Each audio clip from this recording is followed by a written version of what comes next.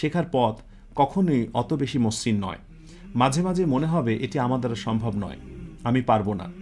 এবং এই কথাটি তুমি সাথে সাথে মনে করবে এমন কে ছিল, এমন মনীষীর সংখ্যায় বা কতজন যারা কখনোই পড়াশোনাকে কঠিন ভাবেনি। তারাও কঠিন ভেবেছে, কিন্তু তারা কখনো হতাশ হয়নি, তারা কখনো পড়া থেকে ছিটকে যায়নি, লেগেছিল। এবং লেগেছিল বলেই অনেকে জগৎ বিখ্যাত হয়েছে।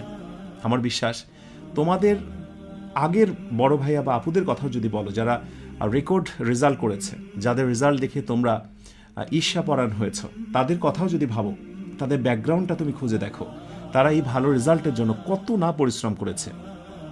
আর অর্থনৈতিক সমস্যার কথা বলছো, আমাকে কাজ করতে হয়, এই করি ওই করি, পড়ার সময় পাই না, এগুলো বলে কোনো লাভ নেই। সবার জীবনে সমস্যা আছে, বিশ্বাস করো। অনেকে এই সমস্যাগুলো কথা, তাদের জীবনের সমস্যার কথা অনেকের কাছে বলে অথবা বলে না। তুমি হয়তো বলো, সমাধান পাও না। অনেকে না বলে মুখে সুন্দর একটি মিষ্টি হাসি দিয়ে এই সমস্যাটাকে সমাধান করে নেয়।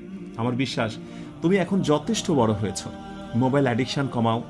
কি কাজ করলে তোমার প্রতিদিনের পড়াশোনা নষ্ট হচ্ছে, সেই কাজগুলোকে তুমি বিদায় দাও, সেই কাজগুলো করো না, পড়তে বসো, জীবন অনেক সুন্দর হবে।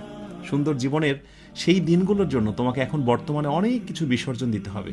বিশ্বাস করো, যখন সুন্দর দিনগুলো তোমার হাতে ধরা দেবে, তোমার কাছে আসবে, আজকের এই দিনগুলো যেগুলো তুমি বিসর্জন দিচ্ছ, সুন্দর মুহূর্ত কাটাতে পারছো না, এই দিনগুলো তোমার কাছে আরও এক অন্যরকম আনন্দ হয়ে ধরা দেবে।